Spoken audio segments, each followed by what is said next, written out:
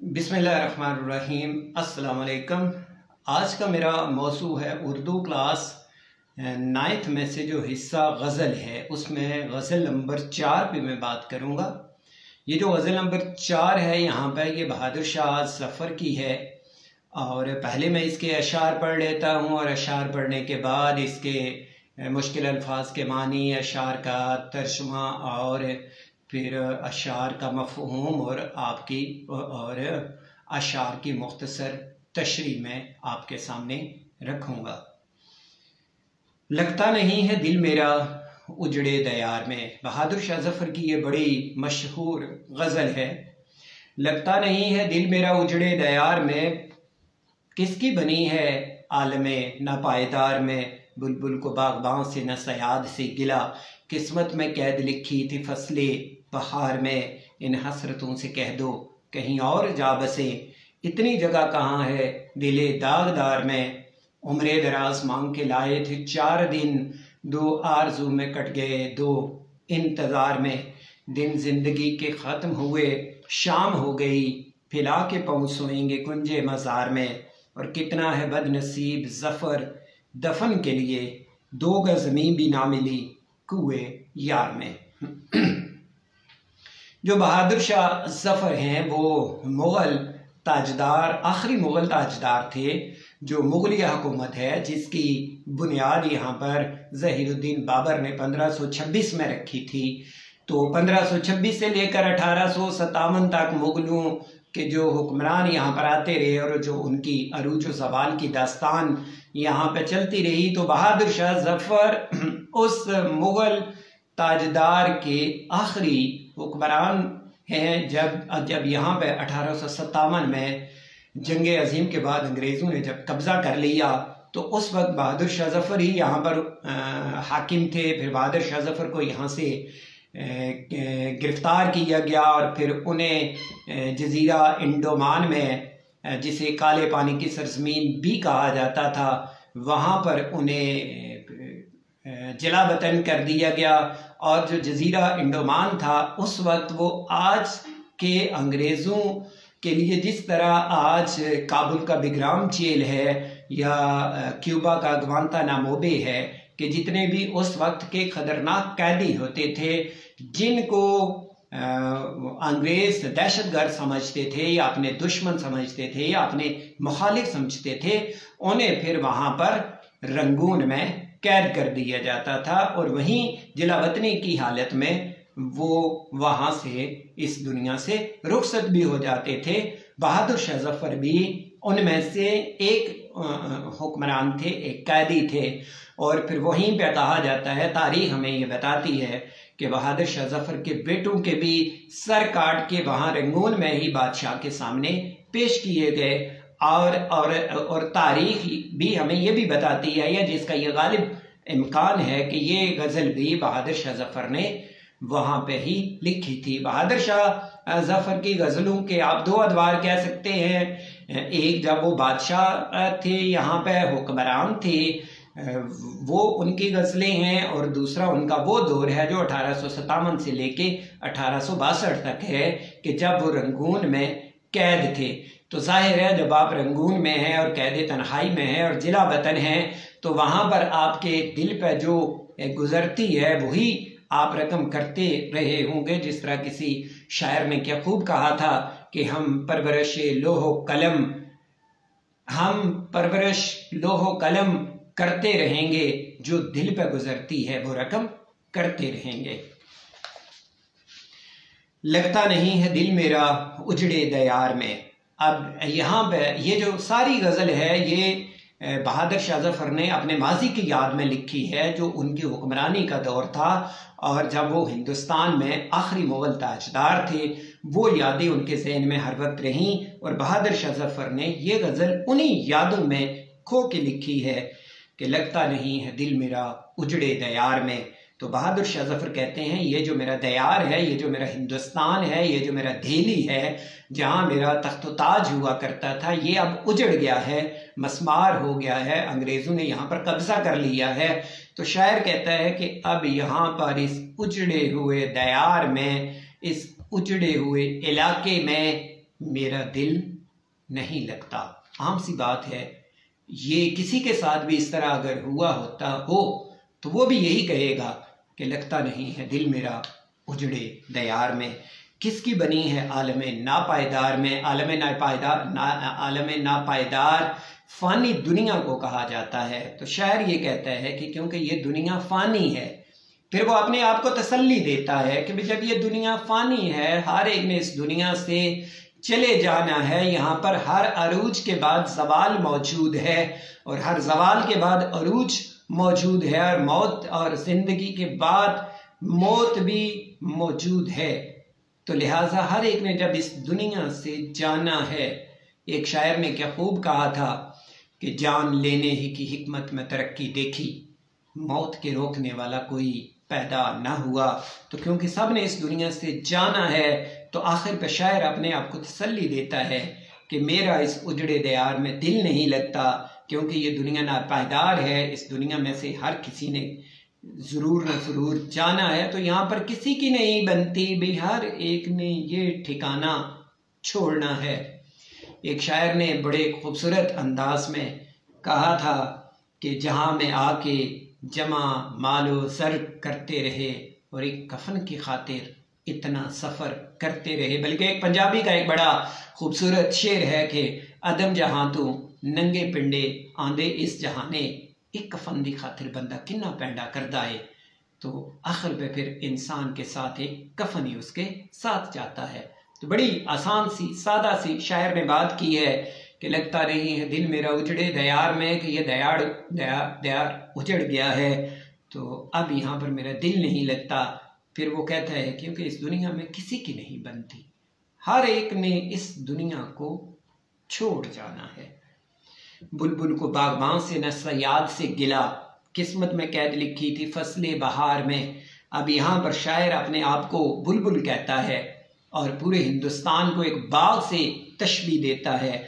और सयाद शिकारी यहाँ पर वो शायर अंग्रेज़ों को कहता है कि ये हमारा बाग था, हमारा गुलिस्तान था, सारे जहाँ से अच्छा हिंदुस्तान हमारा, हम बुलबुलें हैं इसकी, ये गुलस्तान हमारा। अल्लामा इकबाल ने भी इस हिंदुस्तान को अपना गुलिस्तान कहा था।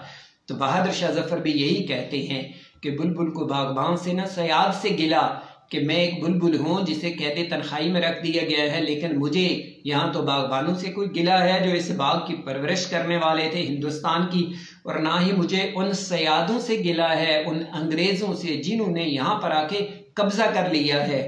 किस्मत में कैद लिखी थी फसले बहार में। फसले बहार कहते हैं बहार के मौसम में जब अरूज आता है। तो बहादुर शाह जफर कहते हैं कि जब मेरी जिंदगी में अरूज आया तो हिंदुस्तान पे अंग्रेजों ने कब्जा कर लिया, मेरा बाग उजड़ गया। तो लिहाजा अब अपने आप को तसल्ली देते हुए शायर अपनी हौसला अफजाई खुद करता है और कहता है कि मुझे ना तो बागबान से कोई गिला है, ना मुझे सयाद से कोई गिला है। किस्मत में कैद लिखी थी फसले बहार में, कि मेरी किस्मत में ही यही कुछ लिखा था, कि मेरी किस्मत में कैद होना लिखा था, मेरी किस्मत में जिला वतन होना लिखा था, मेरी किस्मत में इस हिंदुस्तान को उजड़ते हुए देखना लिखा था। इन हसरतों से कह दो कहीं और जा बसें। और अब शायर अपने दिल में कोई ख्वाहिश नहीं रखना चाहता, वो अपनी ख्वाहिशात को मुखातिब कहता है। इन हसरतों से कह दो कि ये जो ख्वाहिशात हैं जो पलट पलट के मेरे दिल में आती हैं, मेरे दिल में डेरे डालने की कोशिश करती हैं, करना चाह रही हैं। शायर कहता है इन हसरतों से कह दो कहीं और जा बसें, कि अब मेरे दिल में कोई ख्वाहिश नहीं रह गई। इतनी जगह कहाँ है दिले दागदार में, कि ये जो दिल है ये दागदार हो गया है, जख्मी हो गया है, टूट गया है, ये दिल दुखों गमों से भरा हुआ है। तो शायर कहता है भाई इन हसरतों से कहो, इन ख्वाहिशात की अब मेरे दिल में कोई जगह नहीं रह गई। शायर मायूसी का इजहार करते हुए कहता है कि अब क्योंकि मेरे दिल में कोई ख्वाहिश नहीं है, मैं दिल में कोई किसी तरह की तमन्ना नहीं रखता, तो लिहाजा ये जितनी ख्वाहिशात हैं जो मेरे दिल में आना चाह रही हैं, इन्हें कह दो कहीं और जा बसें। इतनी जगह कहाँ है दिले दागदार में। और 4 दिन मांग के लाए थे उम्रे दराज मांग के लाए थे 4 दिन, और आगे अब शायर ने अपनी जिंदगी को 4 दिन से तशबीह दी, अभी लंबी दुआएं मांगी और अल्लाह ताला ने 4 दिन की उम्र दे दी है। तो गालिब का भी एक बड़ा खूबसूरत शेर है, उसमें भी शायर ने यही बात की है कि एक फुर्सत गुनाह मिली, वो भी 4 दिन देखे हैं हमने हौसले परवरदिगार के। तो ये जो 4 दिन का लफ्ज़ है ये पूरी जिंदगी पर मुहित है।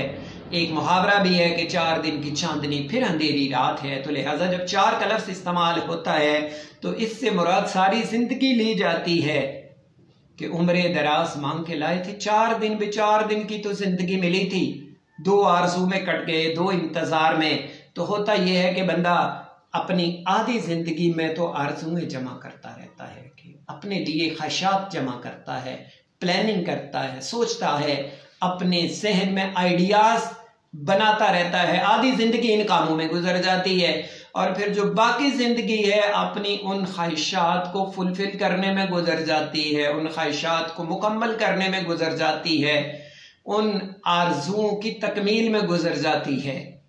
तो उम्र दराज मांग के लाए थे 4 दिन, 2 आरज़ू में कट गए, 2 इंतजार में। और आगे बड़ा खूबसूरत शेर है कि दिन जिंदगी के ख़त्म हुए शाम हो गई। अब आगे शायर कहता है कि मेरी जिंदगी के दिन ख़त्म होने वाले हैं, दुनिया दिन ख़त्म होने वाले हैं, जिंदगी ख़त्म होने वाली है, जिंदगी आखिरी मराहिल में है, नज़ा का वक्त है, दिन जिंदगी के ख़त्म हुए शाम हो गई। यहाँ पर शाम से मुराद ये दुनिया की शाम नहीं है बल्कि जिंदगी की शाम है। जिस तरह एक शायर ने बड़े खूबसूरत अंदाज में एक शायर ने कहा था कि एक शेर है, मैं दोबारा उसको पढ़ता हूँ कि दिन जिंदगी के ख़त्म हुए शाम हो गई, फिला के पाँव सोएंगे कुंजे मज़ार में, कि ज़िंदगी के दिन ख़त्म होने वाले हैं और अब हमारी ज़िंदगी के, वो जो खूबसूरत शेर है जो मुझे भूल गया था कि उजाले अपनी यादों के मेरे साथ रहने दो, जाने किस मोड़ पे ज़िंदगी की शाम हो जाए। तो ज़िंदगी की शाम हो जाती है कि जो शोहरा हैं वो ज़िंदगी को एक दिन से तशबीह देते हैं। सुबह होती है, इंसान की ज़िंदगी का आगाज़ होता है, फिर दोपहर आती है तो इंसान की ज़िंदगी अरूज पे चली जाती है, और फिर जैसे ही सूरज ढलता जाता है तो इससे मुराद इंसान की ज़िंदगी भी ढलती जाती है और फिर शाम हो जाती है। शाम से मुराद मौत है, ज़िंदगी का ख़त्म हो जाना है, कि ज़िंदगी के दिन ख़त्म हो गए हैं, ज़िंदगी करीब लग गई है, मौत आने वाली है, शाम होने वाली है। फिला के पाँव सोएंगे कुंजे मसार में, कुंज कोने को कहते हैं, किसी गोशे को, साइड पे। कहता है कि फिर क्या होगा कि किसी बड़े कब्रिस्तान के किसी कोने में दफन कर दिया जाता है और कुछ अरसे के बाद लोग इंसान का नाम भी भूल जाते हैं, बल्कि नाम तो सबसे पहले बुलाया जाता है। उधर से सांस निकलती है, इधर से नाम खत्म हो जाता है। देख ले कि इंसान की पहचान पैदा होने के बाद, इंसान को कलमा पढ़ाने के बाद वालिदैन सबसे पहले उसके लिए नाम सोचते हैं, और फिर जब इंसान मरता है तो सबसे पहले उसका नाम उससे खत्म हो जाता है। जब तक वो जिंदा था वो बहादुर शाह जफर था, जैसे ही वो मरा तो फिर वो डेड बॉडी हो गई, फिर वो लाश हो गई, फिर वो मैयत हो गई।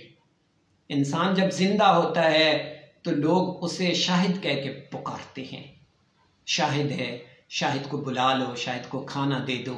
मैंने अपनी मिसाल दी।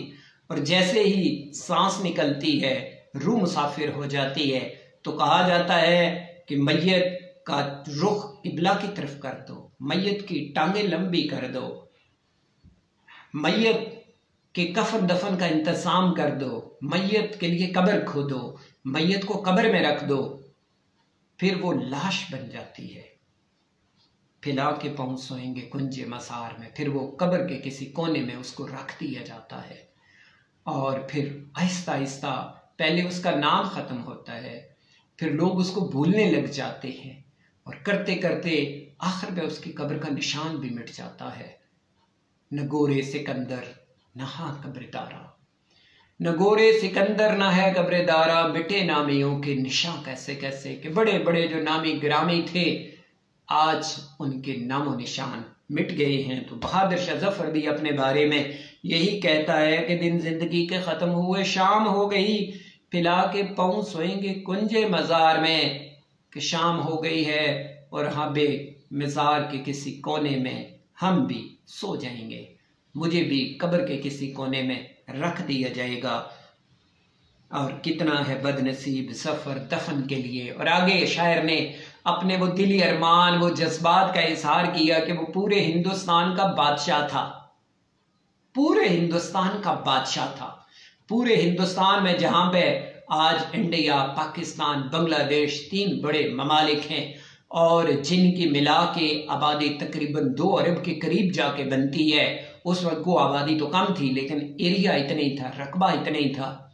इतने बड़े रकबे पे उसकी सल्तनत फैली हुई थी, लेकिन उसको एक तंग सी कोठड़ी में रंगून में रखा गया। तो शायर कहता है कि कितना है बदनसीब जफर दफन के लिए, कि मुझे दफन के लिए 2 गज जमीन भी ना मिली कुए यार में, कि वो जो मेरे यार के घर हैं, मेरे यार का ठिकाना है, मेरे दोस्त हैं, मेरे अहबाब हैं, मेरे रिश्तेदार हैं, जहाँ पर मैंने अपनी सारी जिंदगी जहाँ पर मैंने गुजारी थी। 1775 उसकी तारीख पैदाइश, और यहाँ पे 77 साल उसने हिंदुस्तान में गुजारे, 77 ईयर्स। और उसके बाद उसको यहाँ पे दफन होना भी नसीब ना हुआ। एक शायर ने क्या खूब कहा था कि बर मज़ारे माँ गरीबा ने चरागे ने गुले। ये जब वीराने में कब्र बनाई जाती है तो फिर ऐसे होता है, बर मज़ारे माँ गरीबा ने चरागे ने गुले, ने परे परवाना सोजत ने सदाए बुलबुले। कि फिर वीराने में जो लाश पड़ी होती है, जो जो जो दफन किया जाता है, जो कब्र बनी होती है, ना तो वहाँ पर कोई फूल फेंकता है कि परवाने आएंगे, वहाँ बुलबुल आएगा, ना वहाँ पे चिराग जलाए जाते हैं कि वहाँ पर कोई परवाना आएगा। बर मज़ारे माँ गरीबा ने चिरागे ने गुले, ने परे परवाना सोजद ने सदाए बुलबुले। शायर कहता है कि मैं भी कितना बदनसीब हूँ दफन के लिए, कि वो जो मेरा कुए यार है, जो मेरे यार के ठिकाने हैं, वो जो मेरा असल घर था हिंदुस्तान, जहाँ का मैं बादशाह था, वहाँ भी मुझे 2 गज ज़मीन तक ना मिली।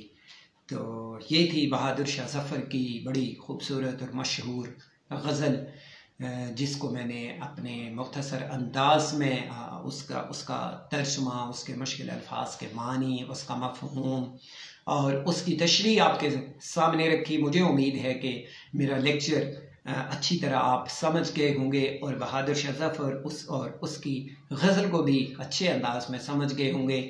और अगर आप मज़ीद आप इसको समझना चाहें तो ये गज़ल की तशरीह का ये अंदाज़ होता है गज़ल का, क्योंकि कोई मौजू नहीं होता। गज़ल इसलिए मैंने कहा कि ये गज़ल नंबर 4 है, इसका कोई मौजू नहीं था, गज़लों का मौजू नहीं होता, क्योंकि गज़ल के हर शेर में अलग अलग बात है। यहाँ पर आपने देखा कि बहादुर शाह ज़फ़र की हर गज़ल के हर शेर में आपको अलग से बात मिली है। और इसी तरह हम गज़ल की कोई समरी या खुलासा भी नहीं बयान कर सकते, क्योंकि इसके हर शेर में बात अलग से होती है। इसके अलावा गज़ल के पहले शेर को मतला कहा जाता है और गज़ल के आखिरी शेर को मक्ता कहा जाता है। तो इसी पर मैं अपनी बात ख़त्म करूँगा। इंशाअल्लाह अगले लेक्चर में अगली गज़ल की तशरीह के साथ फिर मुलाकात होगी। तब तक के लिए खुदा हाफिज़।